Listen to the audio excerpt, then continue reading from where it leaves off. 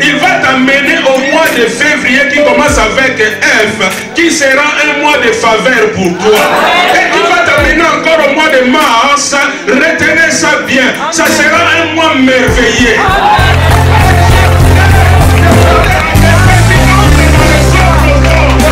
J'aimerais dire à quelqu'un, même quelqu'un va changer de statut. Oh, parce que c'est un mois nouveau. Qui va t'amener au mois de décembre. Qui sera un mois de décision. Qui sera un mois de distinction. Qui sera un mois de direction. Parce que le grand Dieu s'est levé.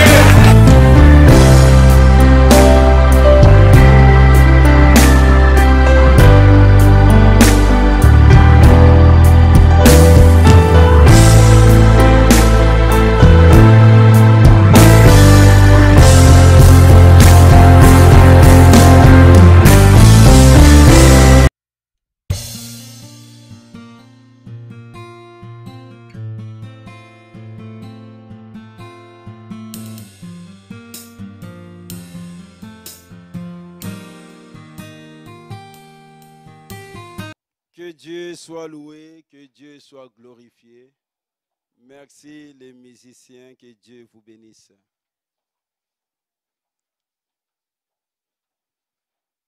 Ce matin, Dieu veut encore nous faire du bien. Alléluia. Bientôt, nous allons chuter avec ces grands thèmes. Reste-t-il encore? On ne va pas clôturer le thème, le grand thème, hein, mais le dimanche, parce qu'on va passer à autre chose. Le dimanche qui vient, on aura vraiment le temps de prier.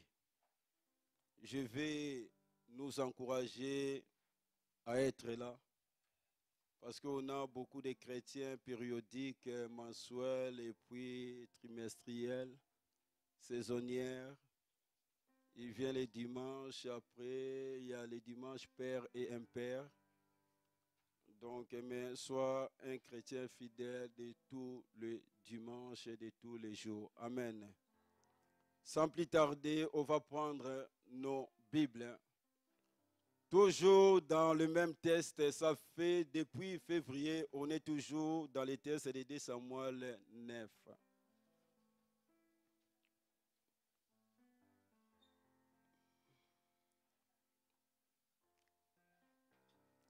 On va lire un verset, 2 Samuel 9, 4, 5.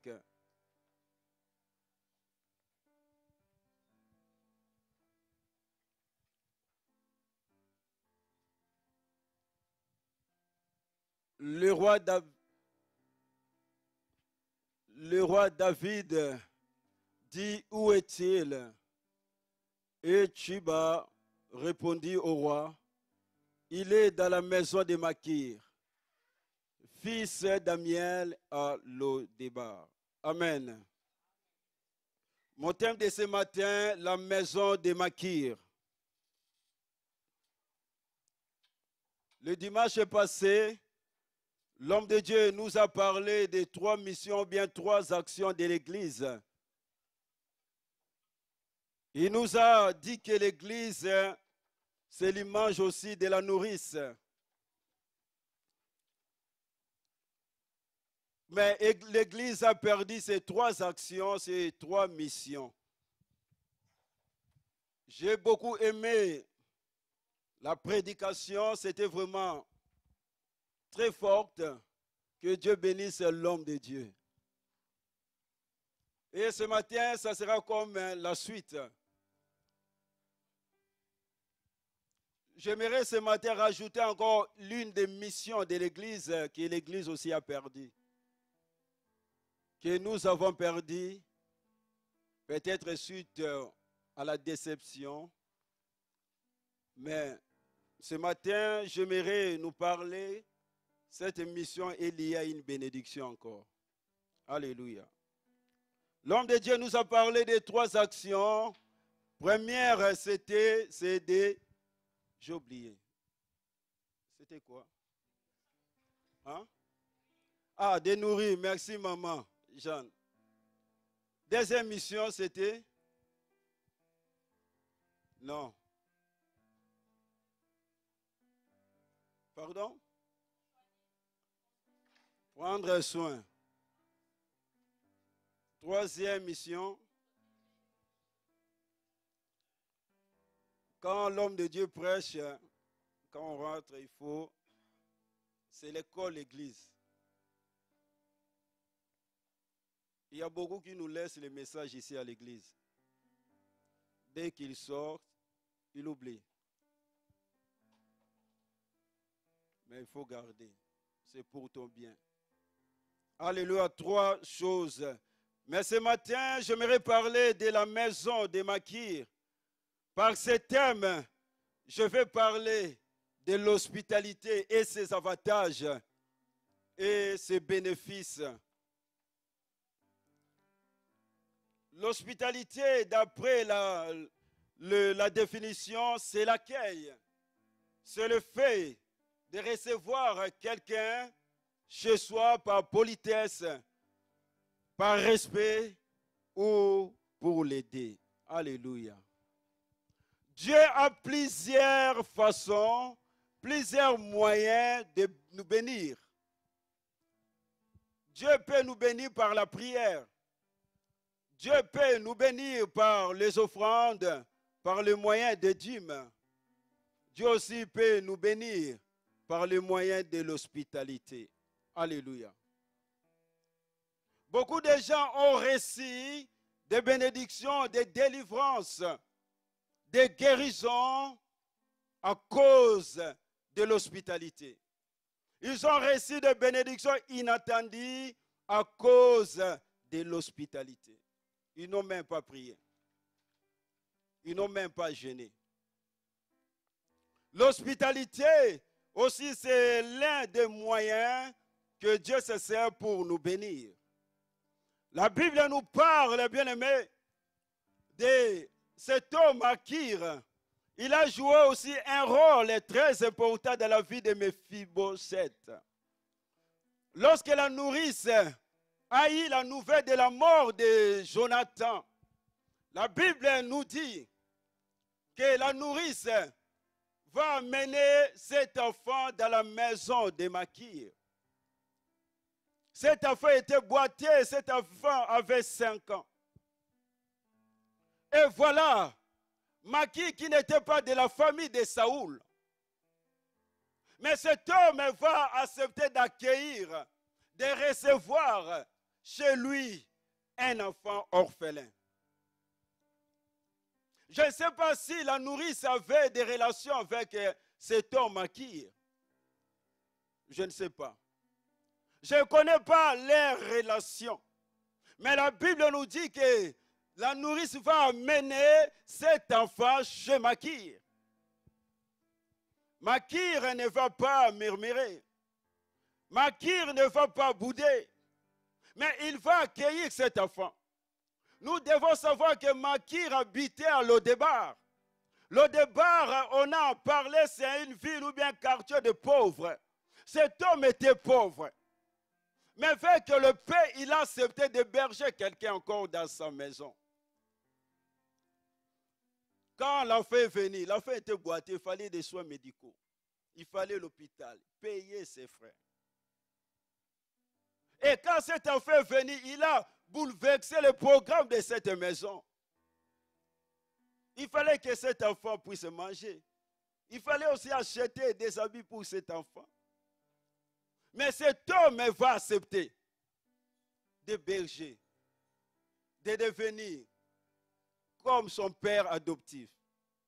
Il a pris cet enfant à l'âge de 5 ans. Mais quand tu regardes, on a déjà parlé pour les gens qui étaient là dès le début. Et là, maintenant, dans Samuel, Méphibosheth avait déjà 25 à 35 ans. Imagine quelqu'un qui a pris quelqu'un dans sa maison, de l'âge de 5 ans jusqu'à 25 ans. Et cet homme, Méphibosheth, va avoir un enfant. Toujours dans la maison de Makir. Parce que tu m'as bien dit, il a bien précisé, il est dans la maison de Makir. Donc, Cet homme, il a tout fait, Papa Augustin. Il a même organisé le mariage pour son fils adoptif. Avec le peu qu'il avait. Avec sa pauvreté. Par ses propres frais, il a hébergé, il a ouvert la porte de sa maison et il a pris cet enfant en charge. Jusqu'à ce que cet enfant devienne adulte. Et cet enfant va avoir un enfant. Quelle joie d'avoir quelqu'un que tu as élevé. Quelle joie d'avoir quelqu'un que tu avais hébergé un jour dans ta maison, devenir un responsable. Devenir quelqu'un dans la vie. D'être élevé, quelle joie. Alléluia. Par là, j'aimerais dire à l'Église, nous devons exercer l'hospitalité. L'hospitalité, c'est un devoir pour tous les chrétiens. Nous devons ouvrir nos portes, nous devons recevoir, nous devons accueillir nos bien-aimés qui ne savent pas où aller, qui n'ont pas de toi. Nous devons, bien-aimés, partager, bien-aimés, notre table avec ceux qui en manquent. La Bible nous dit dans Hébreux 13, 1 à 2, quand tu regardes ce texte, au début, on nous parle de l'amour fraternel. Après, on nous dit exercer l'hospitalité. N'oubliez pas d'exercer l'hospitalité. Ça commence par l'amour, après exercer l'hospitalité. Je crois bien aimé, le fondement de l'église primitive était l'amour de l'église primitive était basé sur l'hospitalité. L'auteur de l'épître d'Hébreux nous dit, n'oubliez pas l'hospitalité. Ce matin, je suis venu rappeler à l'église l'île de mission aussi de l'église. Peut-être tu avais oublié, peut-être tu fais d'autres choses, mais tu avais oublié l'hospitalité. La Bible on dit exercer. C'est un exercice. C'est un devoir pour chaque chrétien. Nous devons l'exercer chaque jour, régulièrement. À force de l'exercer, la Bible nous dit, les autres ont logé des anges sans le savoir. Parce que l'ange peut prendre n'importe quelle forme. Un ange, c'est un envoyé de Dieu. C'est un messager de Dieu. Un ange, quand il vient pour libérer un message. Il vient même pour te protéger. Il vient même pour te délivrer. Combien ont passé à côté des messages de Dieu? Ont passé à côté de leur délivrance parce qu'ils ont fermé la porte de leur maison. Et beaucoup aussi étaient bénis aussi parce qu'ils ont ouvert la porte de leur maison. Nous devons l'exercer. C'est un devoir pour chaque chrétien. Exerçons l'hospitalité. Cet homme a accueilli Méphibosheth et Méphibosheth est resté chez lui. Et beaucoup ont reçu des bénédictions inattendues parce qu'ils ont ouvert leurs portes. J'aimerais voir dans la Bible quelques exemples des gens qui n'ont pas prié. Ils n'ont pas gêné parce qu'ils ont seulement ouvert la porte. Leur situation était changée. Je ne te dis pas je ne te dis pas de mettre la prière de côté. Non, ce n'est pas ça. Tout contribue. L'hospitalité, c'est aussi l'un des moyens que Dieu nous bénit. Dieu passe là pour nous bénir. On va voir quelques exemples pour nous encourager ce matin. Toi qui étais déjà dessus, qui avait fermé la porte de ta maison à cause de la déception. La première personne, on va lire dans le livre de Genèse 18, 2 à 5. Et des fois 10 et 20 à 23. Abraham, si on peut nous balancer.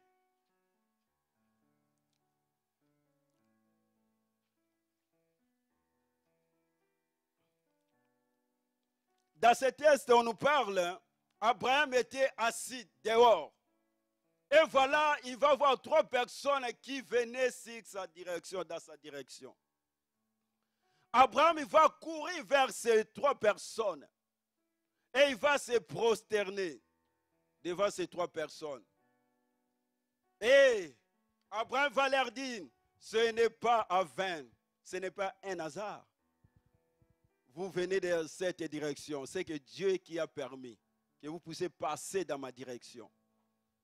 Or, Abraham ne savait pas que c'était le désange Dieu, le créateur du ciel et de la terre lui-même. Abraham va les accueillir. Il va les accueillir, il va leur dire, pendant quelques minutes, vous pouvez entrer chez moi. Pendant quelques minutes. Et il va dire à sa femme de faire à manger pour ces 3 personnes. Oh, Abraham et sa femme avaient un problème de stérilité dès l'enfant. Pendant tout ce temps, Abraham avait un problème dans son couple. Et voilà, quand ils ont réussi ces 3 personnes, ils ont mangé. Et là, l'un d'eux va parler à Abraham. Par son hospitalité, Abraham va ouvrir la porte du ciel. Parce que les enfants sont les dons qui viennent du ciel. Il va ouvrir encore la porte de la fécondité, la porte de la connaissance du moment précis où Sarah devait avoir leur enfant. Parce que quand tu regardes dans ces tests, Dieu va dire l'année prochaine, je revenais. Quand je vais revenir vers toi, ta femme sera enceinte.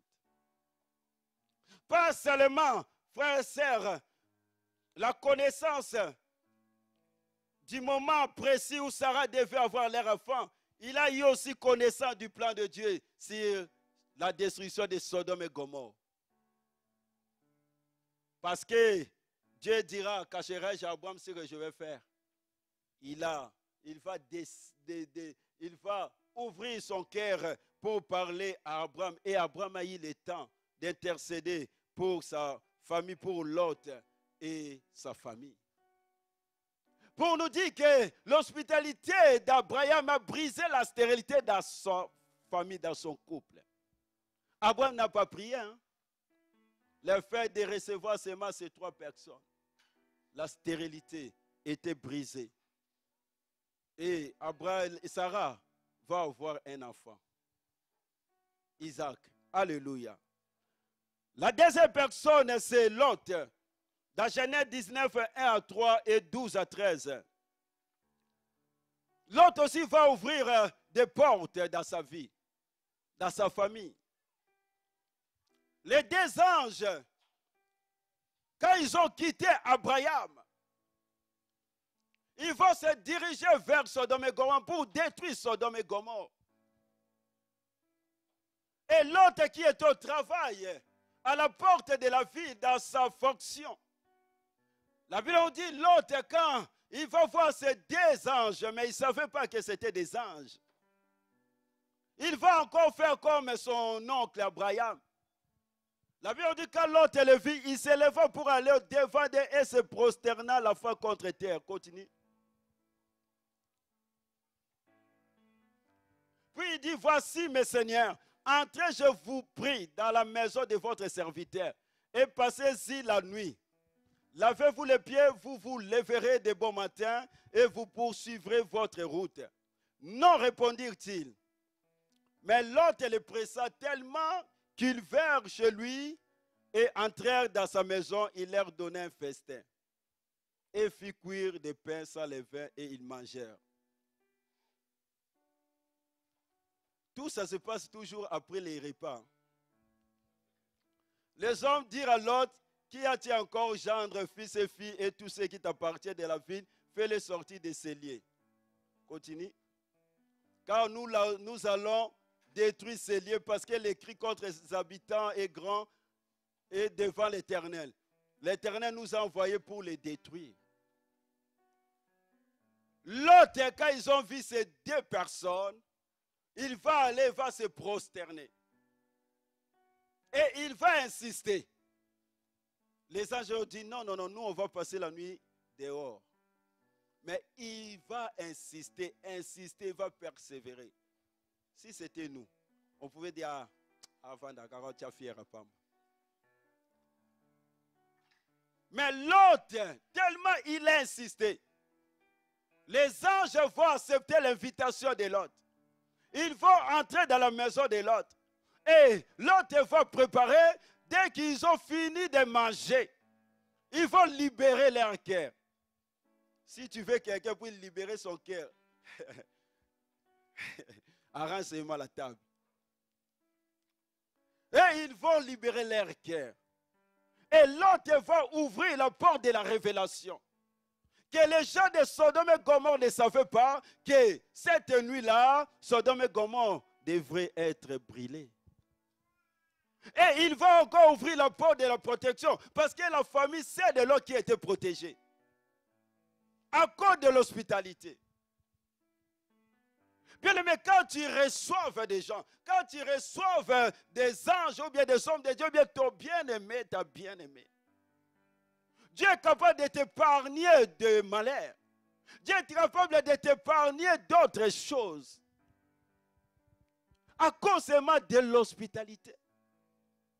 L'autre, il était au travail. L'autre n'était pas là en train de prier ou de jeûner. Non. Le fait seulement d'accueillir. L'autre était épargné. Troisième personne. La Bible en dit, cette femme Rahab la prostituée. Dans Josué 2:3.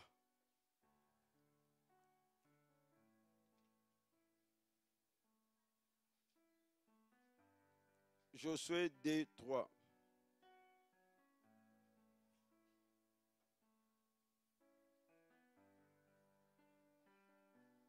On dit au roi de Jéricho, voici des hommes d'entre les enfants d'Israël sont arrivés ici cette nuit pour explorer le pays.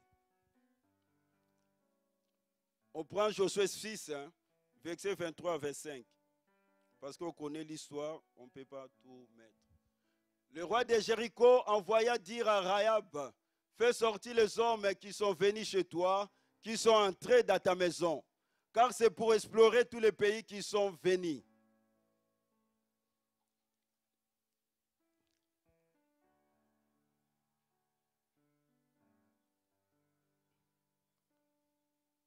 Continue.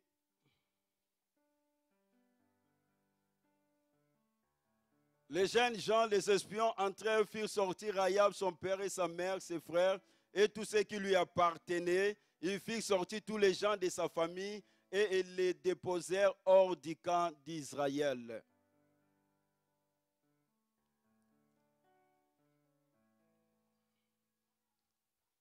Ils brûlèrent la ville et tous ceux qui se trouvaient. Seulement, ils mirent dans le trésor de la maison de l'Éternel l'argent, l'or et tous les objets d'airain et de fer. Josué laissa la vie à Rahab la prostituée, à la maison de son père et à tous ceux qui lui appartenaient. Elle habitait au milieu d'Israël jusqu'à ce jour, parce qu'elle avait caché le messager que Josué avait envoyé pour explorer Jéricho. Alléluia. Josué va envoyer des espions pour explorer Canaan et Jéricho. La Bible dit qu'il y avait une femme prostituée. Cette femme va recevoir les deux espions dans sa maison. Elle a risqué sa vie pour protéger les enfants de Dieu. Et quand Israël va détruire Jéricho, la Bible nous dit que Rahab, la prostituée, ainsi que toute sa famille, va être sauvée. Parce que Rahab avait fait un serment, il a fait une alliance avec les deux espions. La Bible nous confie parce qu'elle a seulement accueilli les deux espions.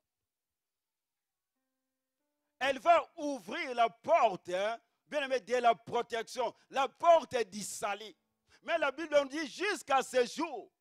Donc son peuple habite même jusqu'à ce jour au milieu d'Israël. Ce n'est pas fini. Il va changer aussi son statut social. Parce qu'elle va se marier avec un prince de la tribu de Juda, Salman. Et avec le délai, ils vont voir un enfant. Et cet enfant s'appelait qui? Boaz. La prostituée. Et Dieu va changer son statut de la prostitution au mariage. La porte de mariage va s'ouvrir dans sa vie. Dieu va donner la considération à cette femme. Regarde, c'est Koko ya Yesu, Ndumba, la grand-mère de Jésus, une prostituée, à cause seulement de l'hospitalité. Est-ce qu'on a fait la délivrance? Non. L'accueil, l'hospitalité. Et son nom, regarde son nom, se trouve dans Hébreu. Mettez Hébreu Yaïf sur la liste des héros de la foi. Une prostituée.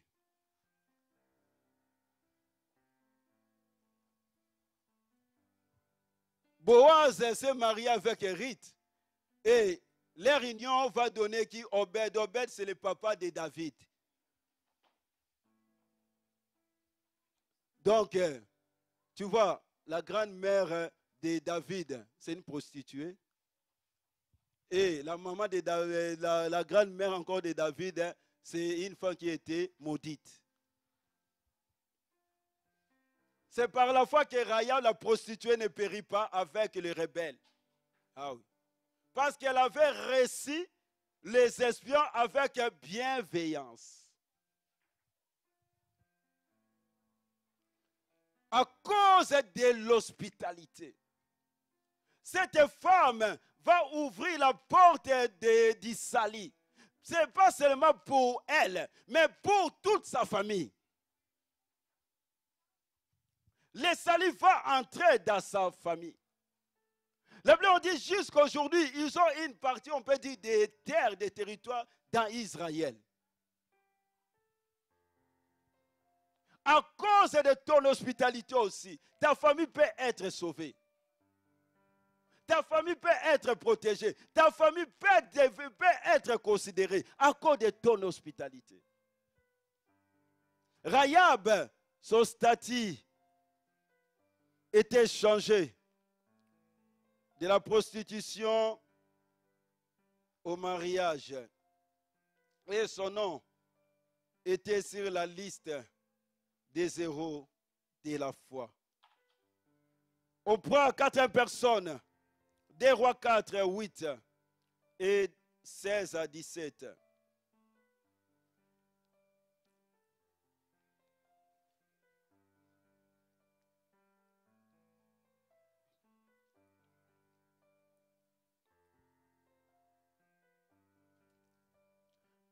Un jour, Élisée passait par Sinem. Il y avait là une femme de distinction qui le pressa d'accepter à manger. Et toutes les fois qu'il passait, il se rendait chez elle pour manger. Élisée lui dit à cette même époque, l'année prochaine, tu embrasseras un fils. Et elle dit, non, mon Seigneur, homme de Dieu, ne trompe pas ta servante. Cette femme devint enceinte et elle a enfanté un fils à la même époque, l'année suivante, comme Élisée lui avait dit.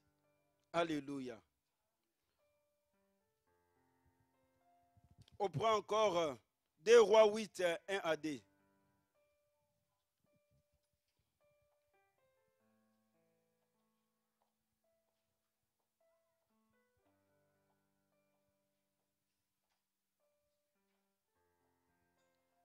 Élisée dit à la femme dont il avait fait revivre le fils, lève-toi, va-t'en, toi et ta maison, et séjourne où tu pourras, car l'Éternel appelle la famine et même elle vient sur le pays pour 7 ans. Alléluia. L'hospitalité. C'est-à-dire, une femme voyait passer belle qui passait de Mulhouse. Personne ne faisait cas au passé belle. Mais voilà une femme, on dit une femme de distinction. Il va saisir cette opportunité, cette occasion. Et elle va inviter l'homme de Dieu à manger chez elle. Et parce que le dimanche, nous a posé la question, c'est qui a déjà invité Pasteur Bélé. Vous voyez, c'est ça. Hein? Tout le monde a profité de dire l'évangile, Mire est trop pressé.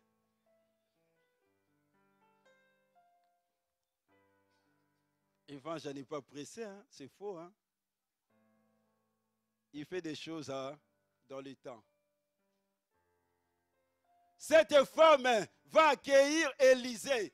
Et elle va profiter, bien-aimé. Elle va saisir cette opportunité et elle va inviter Élisée de manger chez elle. Pas seulement inviter Élisée, mais elle va faire quoi? Elle va construire la chambre haute. Elle va donner à Élisée une chambre haute. Élisée a commencé à dormir il y a des moments dans la maison de cette femme. Or, cette femme, dans son couple aussi, avait un problème. Le problème de stérilité. Parce que son mari, quand tu lis les textes, hein, Géasi va dire, tu ne vois pas que son mari est déjà devenu vieux. Mais cette femme avait un problème dans son couple. Mais le fait seulement de recevoir l'homme de Dieu, Élisée. Élisée va donner une parole, bien-aimé, pour la délivrance, pour la venue d'un enfant dans ce couple. Et c'était accompli. Cette femme va ouvrir la porte de la fécondité dans son couple, dans sa vie. Son hospitalité va briser l'esprit de stérilité. Pas seulement ça, la Bible dit que son fils était mort. Quand son fils était mort, Élisée va venir encore ressusciter l'enfant. Cette femme va expérimenter dans sa famille, dans son couple, le miracle à cause de l'hospitalité. Et voilà maintenant, après des années, Dieu va révéler à son serviteur qui va frapper la Samarie. Élisée va aller dire à cette femme la reconnaissance. Parce qu'un jour, cette femme l'avait hébergée. Dieu voulait frapper le pays. Élisée ne veut pas aller partout. Il est allé chercher celui qui l'avait hébergé. Et Élisée va dire à cette femme, quitte le pays parce que Dieu va frapper. Bien-aimés, les gens que nous accueillons, un jour, quand il y aura les dangers, ils viendront nous dire, nous révéler ça. Quand il y aura des complots, ils viendront nous révéler ça. C'est pour cela qu'il faut rester à bon terme. Comme Élisée était à bon terme avec la femme de Sinem. Donc cette femme va ouvrir la porte de la fécondité, la porte des miracles et de la résurrection, la porte bien-aimée de la protection pendant que les autres vivaient dans la famine. Elle était en dehors du pays. Alléluia. Cinquième personne, un roi 17 et la veuve de Sarepta. Un roi 17 et 9 et verset 12 à 24.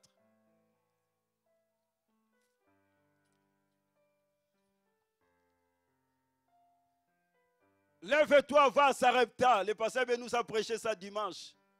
Qui appartient à Sidon et demeurer là. Voici, j'ai ordonné à une femme veuve de te nourrir.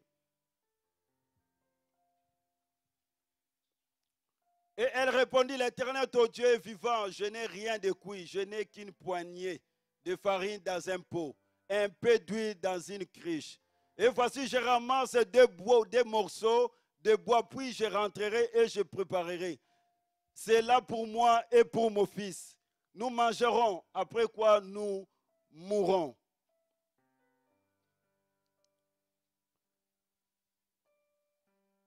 Et lui dit, ne crains point, rentre, fais comme tu l'as dit, tu as dit.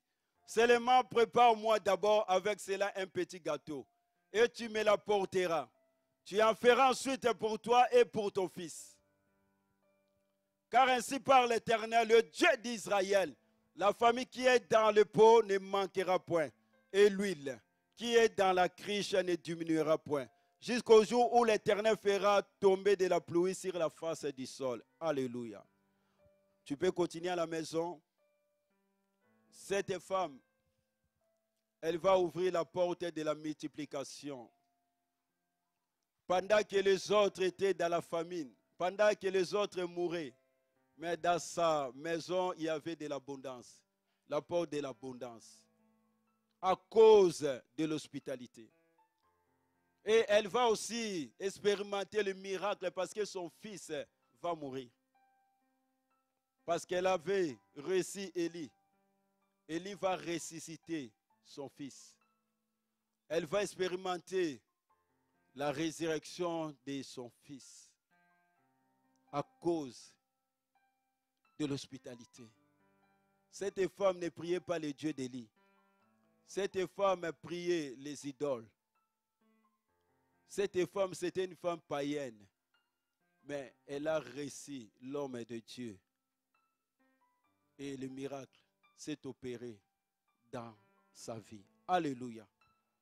On prend 6e personne, je vais finir. Actes des Apôtres 28, 7 à 9.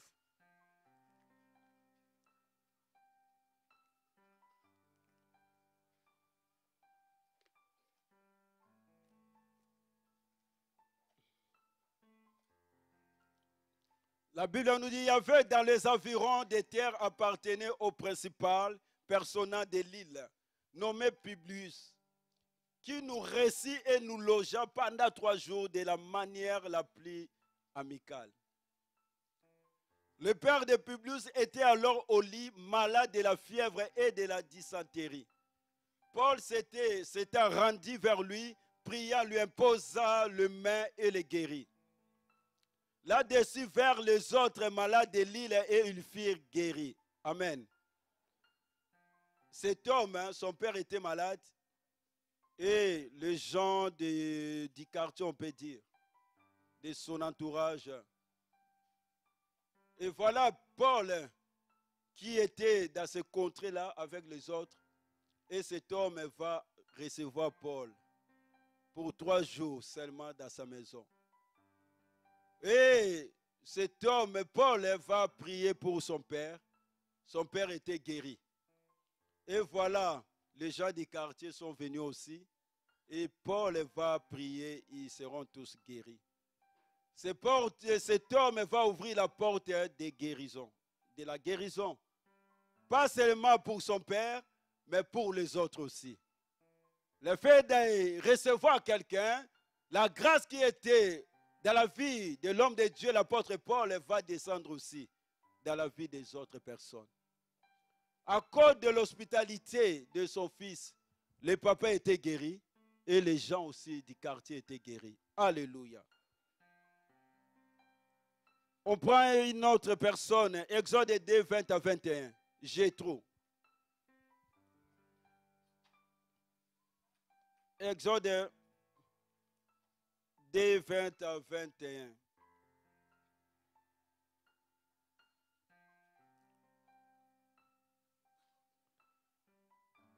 Et il dit à ses fils, où est-il? Pourquoi avez-vous laissé cet homme? Appelez-le pour qu'il prenne quelque nourriture. Moïse décida à demeurer chez cet homme qui lui donna pour femme Séphora, sa fille. Amen.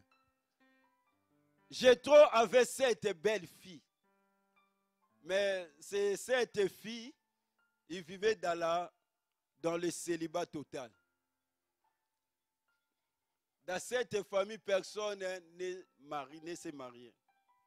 Et voilà, Moïse va venir. Tellement Moïse était bien accueilli, il décida de rester là.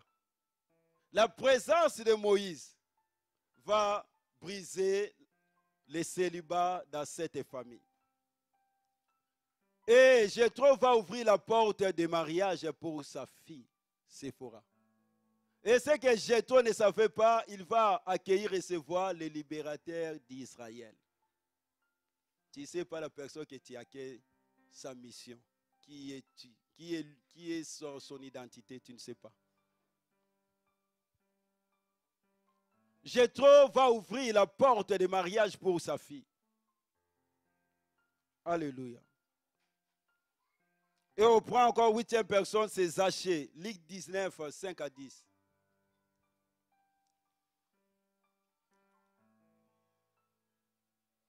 Zachée.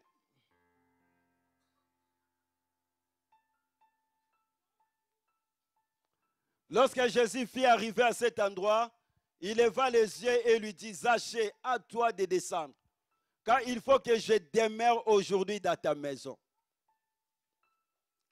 Zachée s'est hâta de descendre et le récit avec joie. Voilà cela, tous murmuraient et disaient, il est allé loger chez un homme pécheur. Mais Zachée se tenant devant le Seigneur lui dit, voici Seigneur, je donne aux pauvres la moitié de mes biens.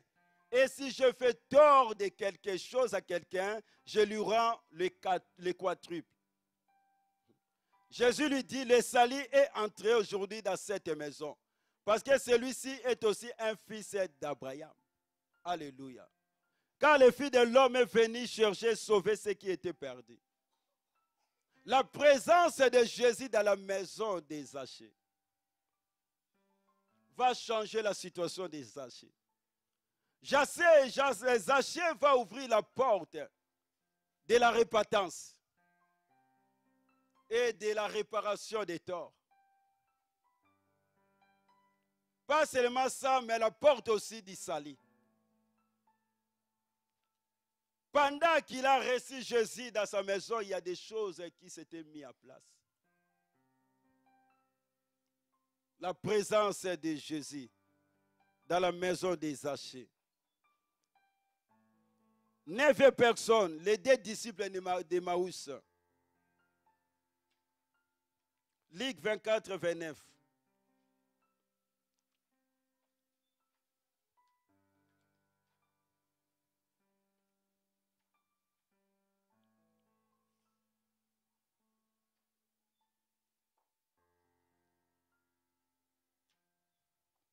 Mais ils les pressèrent en disant, reste avec nous. Car le soir approche, les jours est sur son déclin, et il entra pour rester avec eux. Continue, Yves. Pendant qu'il était à table avec eux, il prit le pain et après avoir rendu grâce, il les rompit et les leur donna. Alors leurs yeux s'ouvrirent et ils les reconnurent, mais ils disparurent devant eux, laissant. Les 2 disciples, nous connaissons l'histoire, Jésus est mort. Il vivait maintenant dans la tristesse totale, dans le désespoir total. La joie était partie. Leur leader est mort, leur héros est mort. Leur espoir est parti dans l'eau.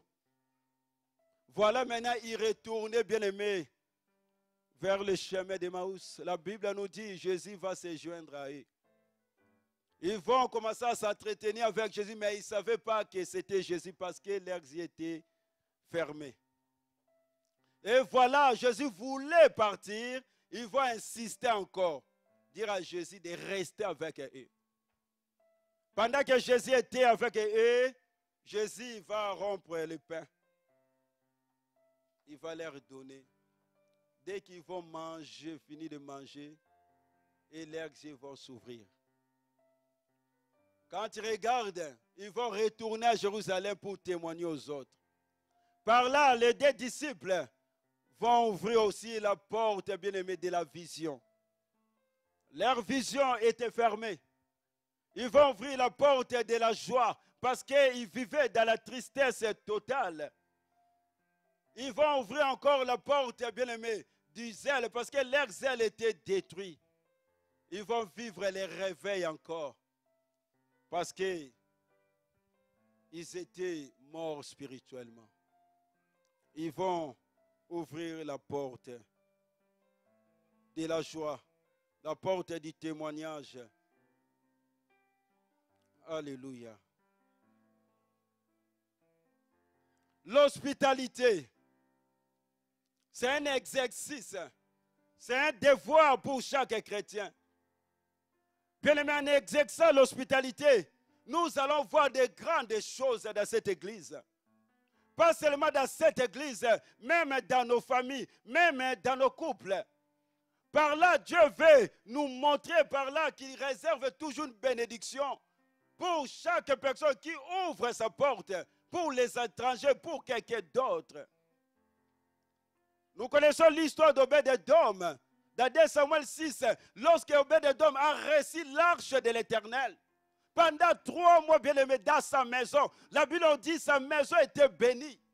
Pas seulement Obed-Édom, ainsi que toute sa famille, même ses enfants. Mais ses enfants étaient considérés à cause de l'hospitalité. Écoutez ce que la Bible dit dans Ésaïe 58, 7 à 12. Partage ton pain avec celui qui a faim et fais entrer dans ta maison les malheureux sans asile. Si tu vois un homme, n'y couvre-les et ne détourne pas de ton semblable. Alors ta lumière prendra comme l'aurore et ta guérison germera promptement. Ta justice marchera devant toi et la gloire de l'Éternel t'accompagnera. Alors tu appelleras et l'Éternel répondra. Tu crieras et il dira, me voici.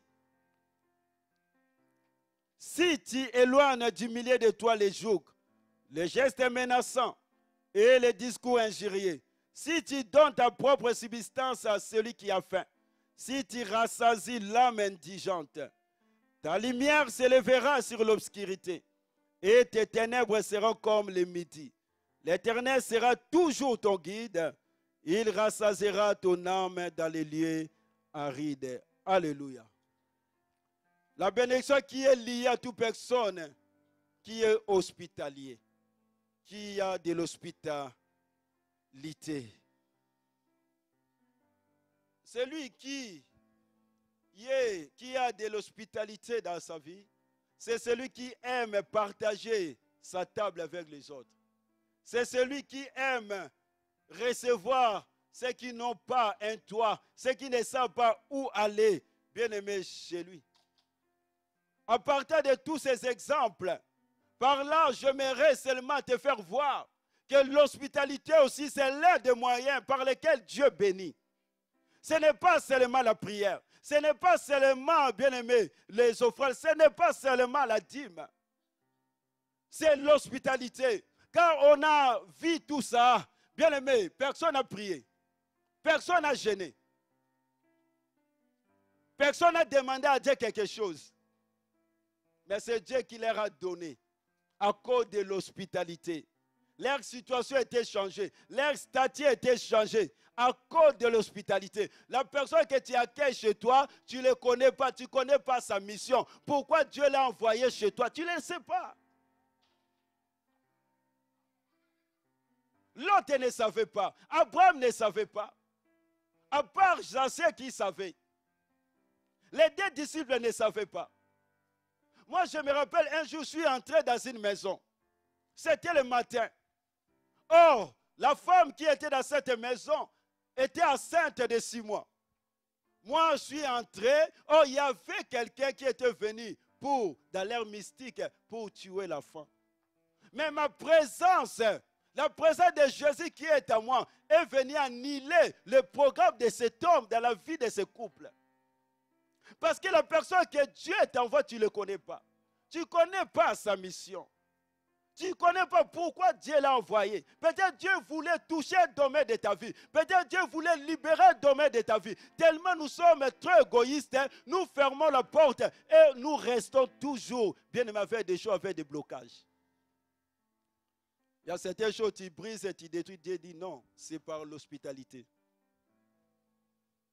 Alléluia. L'hospitalité. Mais comment recevoir la personne? La Bible aussi nous dit, si tu veux recevoir la bénédiction, si tu ne veux pas passer à côté, écoute ce que la Bible me dit. Dans Luc 19, 6, Zachée a reçu Jésus avec joie, et non avec dégoût, et non avec amertume, avec joie. 1 Pierre 4, 9 me dit, sans murmurer, sans se plaindre, sans bouder. Alléluia. Romains 12 et 13 me dit, recevez bien ceux qui viennent chez vous. Il faut que la personne soit bien accueillie, avec un respect. Et Proverbe 3, 29 me dit, ne médite pas le mal contre ton invité. La personne qui vit dans ta maison, tu ne peux pas méditer de mal. Tu pars dehors, tu dis, ah, lui là, il mange trop. Lui là, non. Tu lui as surnommé, non. Alléluia.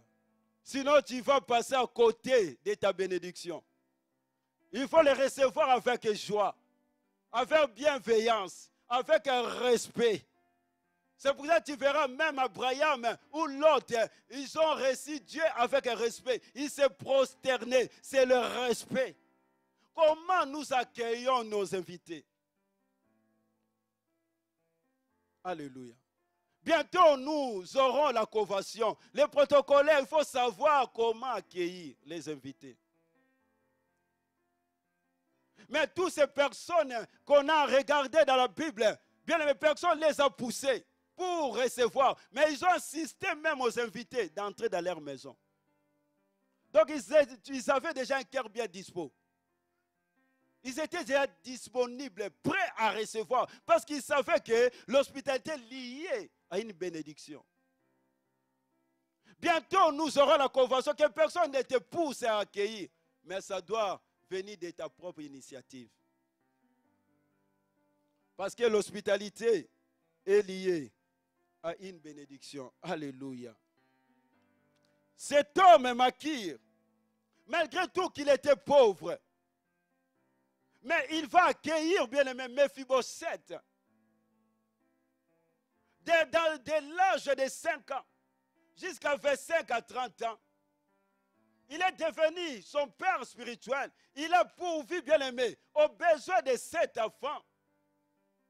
Cet homme était hospitalier. Cet homme, bien aimé, avait la compassion. Cet homme était généreux. Il n'a pas regardé au paix qu'il avait, mais il était prêt, bien aimé, à héberger quelqu'un.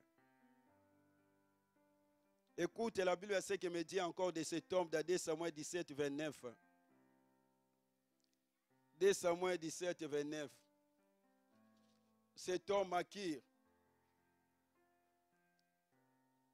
2 Samuel 17, 29. Il y a ici, tu peux balancer les 2 versets.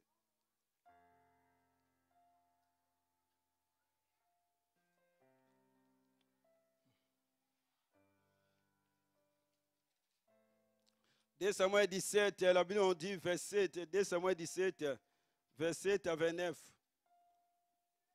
Lorsque David fit arriver à Manaïm, Shobi, fils, on passe les noms là.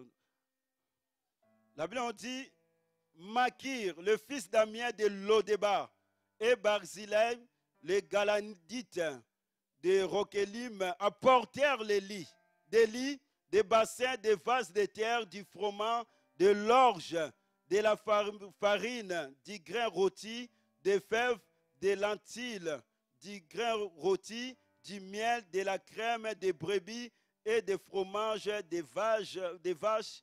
Ils apportèrent ces choses à David et au peuple qui était avec lui. Ils apportèrent tout cela à David, à ceux qui sont avec lui, pour les nourrir. En effet, ils ont passé, ces gens-là doivent être morts de fatigue. Ils ont souffert de la famine, de la faim et de la soif dans le désert. Donc, cet homme Makir, pendant que David fuyait Absalom, cet homme le pauvre, la Bible commence par marquer, je crois bien c'est lui qui était l'initiateur ou bien le promoteur de cette idée. Et ils vont aller avec un autre pour aller soutenir David, pour aller donner des provisions à David. Parce qu'ils vont penser que ces gens-là, ils étaient morts de fatigue. Ils avaient besoin de manger. Donc ils ont préparé, ils vont faire un festin pour David. Pendant que les autres, bien aimés, cherchaient leur propre intérêt, lui cherchait l'intérêt du roi. Un pauvre. qui n'avait rien, avec l'épée, il va rassembler pour faire nourrir David. Et il va penser à David. Alléluia. Combien ont passé à côté de la visitation de Dieu? Combien à cause, bien-aimés, de notre égoïsme? Oh, que Dieu voulait nous bénir. Dieu voulait faire de grandes choses dans notre vie, mais on a fermé des portes de notre vie. Comme un jour, la Bible me dit, Marie et Joseph vont venir, bien-aimés, pour chercher une place à l'hôtel. Parce que Marie était à terme, mais l'hôtelier va lui leur dire, il n'y a pas de place. Et Jésus va naître dans une crèche, parce qu'il n'avait pas de place. Il y avait une dame chrétienne, et la nuit, Jésus va apparaître dans son rêve, et Jésus va lui dire, demain, je viendrai te rendre visite. Et cette dame, demain, elle va préparer la maison, elle va nettoyer la maison. Parce que c'est Jésus qui va venir. Elle a mis sa belle robe de fête. Et elle a préparé la table. Elle a fait à manger. Pendant qu'elle a rangé la table, elle attend à la porte quelqu'un qui frappe. Elle a dit, sûrement c'est Jésus. Elle vient ouvrir la porte. Elle va voir un pauvre mendiant. Et ce mendiant va dire, madame, s'il vous plaît, tu n'as pas 1 euro pour me donner pour que je puisse acheter du pain. Et la dame va dire à ce mendiant, ce pauvre, il va les chasser. Sors de ma maison, tu vas salir ma maison. Moi, j'attends un invité spécial. Elle a chassé le mendiant. Après quelques temps, quelqu'un d'autre sonne à la porte. La dame va dire, sûrement c'est Jésus. Et elle va ouvrir la porte. Elle va voir c'était un garçon avec des habits déchirés. Ce garçon disait à cette dame, madame, je peux me cacher dans ta maison parce qu'il y a des bandits qui me poursuivent pour me tuer. La dame a dit, Chégué, sors de ma maison, garçon de riz. Tu es venu voler. Elle a chassé encore les jeunes garçons. Et la nuit a commencé à tomber, la femme était déçue. Jésus ne vient pas. D'un coup, elle attend une voix douce qui disait, mademoiselle. Non, Pasteur Béné qui est censé mettre cette voix, parce qu'elle parle doux. Cette voix douce, mademoiselle, c'est ça, Yadjani, mademoiselle. Cette dame va dire, ah, Jésus. Elle vient ouvrir la porte, elle voit encore une maman, une voyageuse qui est torturée avec un bébé. Et cette dame cherchait où passer la nuit. La dame chrétienne a dit à cette dame, sors de ma maison. Vous faites des enfants et vous cherchez de l'aide. Et la nuit est venue, Jésus n'était pas là. Et cette femme dormait. Dans son rêve encore, Jésus est venu. La femme va dire à Jésus, Jésus, je t'ai attendu toute la journée. Pourquoi n'es-tu pas venu? Jésus lui dit, mais je suis venu 3 fois. Et à 3 reprises, tu m'as chassé. Elle a dit à Jésus, mais non, je ne t'ai pas vu. Jésus a dit, souviens-toi, tu vois les pauvres mendiants qui étaient venus te demander 1 euro, c'était moi. Tu vois l'enfant qui cherchait où se cacher, c'était moi. Tu vois la maman qui était venue, c'était ma maman avec moi. Tu nous as chassés. La dame a dit, oh mon Dieu, si j'avais su que c'était toi, je t'aurais dit de laisser entrer. Jésus lui dit, souviens-toi, ce que tu fais à ton prochain, tu le fais à moi. Écoute ce que la Bible nous dit dans Matthieu 25. Écoute, Matthieu 25.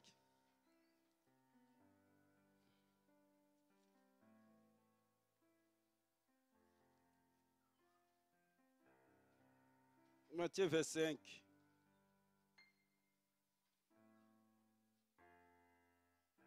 « 35 à 40.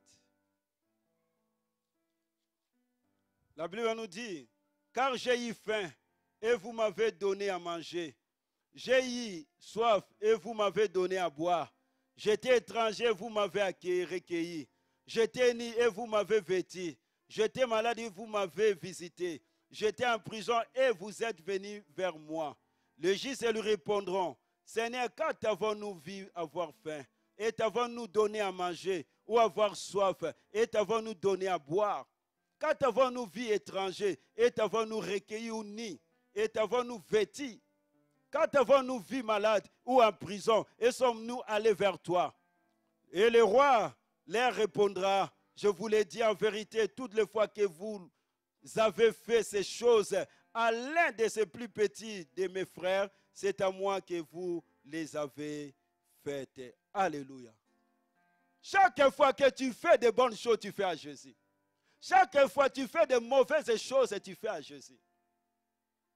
Comme un jour, Jésus va dire à l'apôtre Paul, pourquoi me persécutes-tu? Jésus est la tête de l'Église. La Bible dit, le royaume des cieux ne vient pas de la manière à frapper les regards. Jésus n'avait ni éclat ni beauté pour attirer nos regards. Si tu regardes seulement l'apparence, tu vas passer à côté. Souvent, nous regardons l'apparence, comme cette femme. Or, c'était Jésus lui-même. Je ne sais pas, lui, elle plutôt, je ne sais pas si elle attendait comment être Jésus. Mais non, Jésus peut prendre n'importe quelle forme. Alléluia. Peut-être tu es là.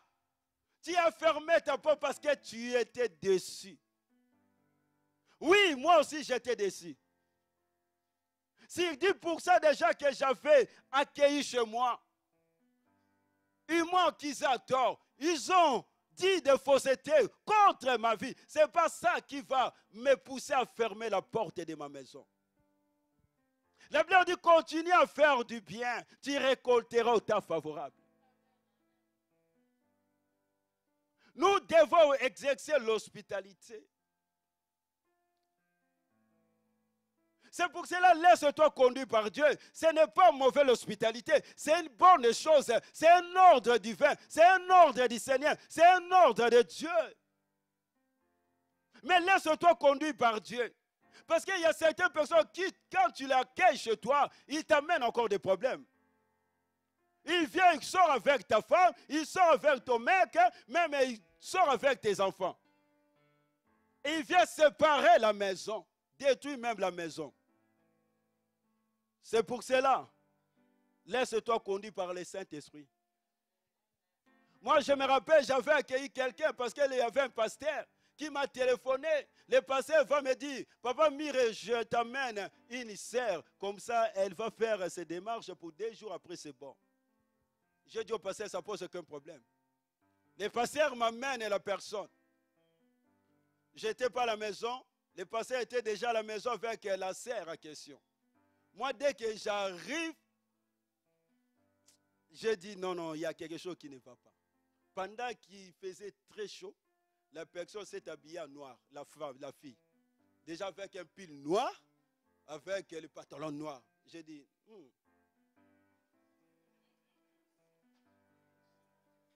heureusement, on priait chaque nuit. Hein? Or, cette femme était une sorcière. Pendant qu'on priait chaque fois, bien aimé, le matin, dès que tu vas pour te soulager, tu vois dans la cuvette des toilettes, tu vois les sangs. Donc, elle a commencé à envoûter la maison. Une fois, on était avec Maman Tina. Maman Tina a commencé à parler le problème des divorces. Oh, je vais te séparer avec toi. J'ai dit, hé, la pied pressée, Milouz et Nganaksouka. À cause de la femme. J'ai demandé pardon, Maman Tina. J'ai dit, non, pardon, on se réconcilie. Attention à la pierre pressée, c'est Milouz. la fille, elle a commencé à voûter la maison. Heureusement, on priait. On a prié, on priait. J'ai dit, moto. On a commencé à prier, à prier. 3-4 jours, la fille est partie à Paris. J'ai dit, on est soulagé. Et Dieu va nous révéler que pendant qu'elle partait, elle a laissé des punaises à la maison.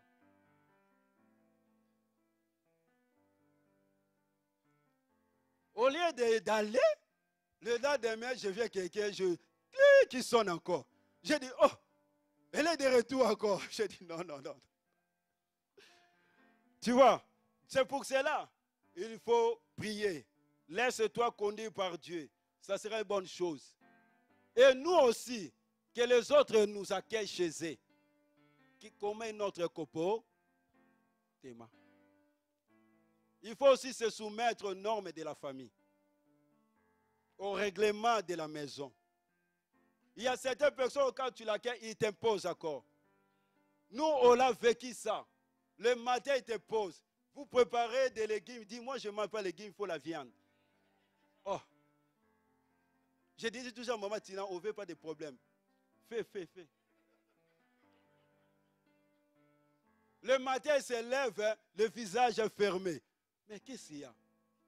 Tu ne comprends rien. Tu dis, mais c'est quoi ça? C'est pour cela, toi aussi, nous aussi, parfois, on va dans des maisons. Nous devons, bien aimer, nous devons bien nous comporter. Il faut aussi obéir et respecter aussi les gens qui nous accueillent. C'est très important. Si nous aussi, nous voulons avoir la bénédiction, c'est très important. Que Dieu nous donne les cœurs de Makir. Cet homme qui est prêt à accepter, à accueillir, à ouvrir sa maison. Cet homme qui est prêt, même par ses propres frais, à soutenir un enfant. Peut-être tu es là ce matin, tu accueilles d'autres personnes, ce n'est pas mauvais, mais tu n'as jamais accueilli Jésus. Comme cette femme a rejeté Jésus, comme cette femme a mis Jésus de côté. La Bible dit, il est venu chez les siens ne l'ont point reçu. Jésus se tient encore à la porte, il frappe encore. Peut-être par ton comportement, par ta façon de vivre, tu y as fait sortir Jésus. Mais Jésus est là, comme il était bien aimé chez Zachée. Jésus est en train de frapper à la porte. Il dit, si tu ouvres, je vais entrer, je vais souper, je vais demeurer en toi. Jésus est tout. Quand tu reçois Jésus, tu reçois tout. Parce que Jésus est tout. Il est la vie éternelle. Bien-aimé, on peut recevoir nos bien-aimés. Ce n'est pas mauvais. On peut recevoir. Tu auras la bénédiction. Mais où passeras-tu ton éternité? Le vrai invité, c'est Jésus. Ce matin, que Dieu nous fasse grâce.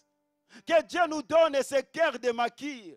Le cœur qui accueille, le cœur qui ouvre la porte, le cœur qui est compassion. Qui a de la compassion, qui est compatissant. Est-ce que tu ouvres ton cœur? Tu ouvres ta maison? Comme cet homme. On a vu les exemples. Ils ont reçu des bénédictions. Sans jeûne et prière, sans délivrance. Mais Dieu a brisé la stérilité. Dieu a brisé, a changé des statuts des personnes à cause de l'hospitalité. Que Dieu nous fasse grâce. L'hospitalité aussi, c'est l'un des moyens par lesquels Dieu passe pour toucher la personne. C'est pour cela que j'aimerais t'encourager bientôt aussi. Nous aurons la convention. Soit parmi les gens qui vont disposer leur maison. Que personne ne te force.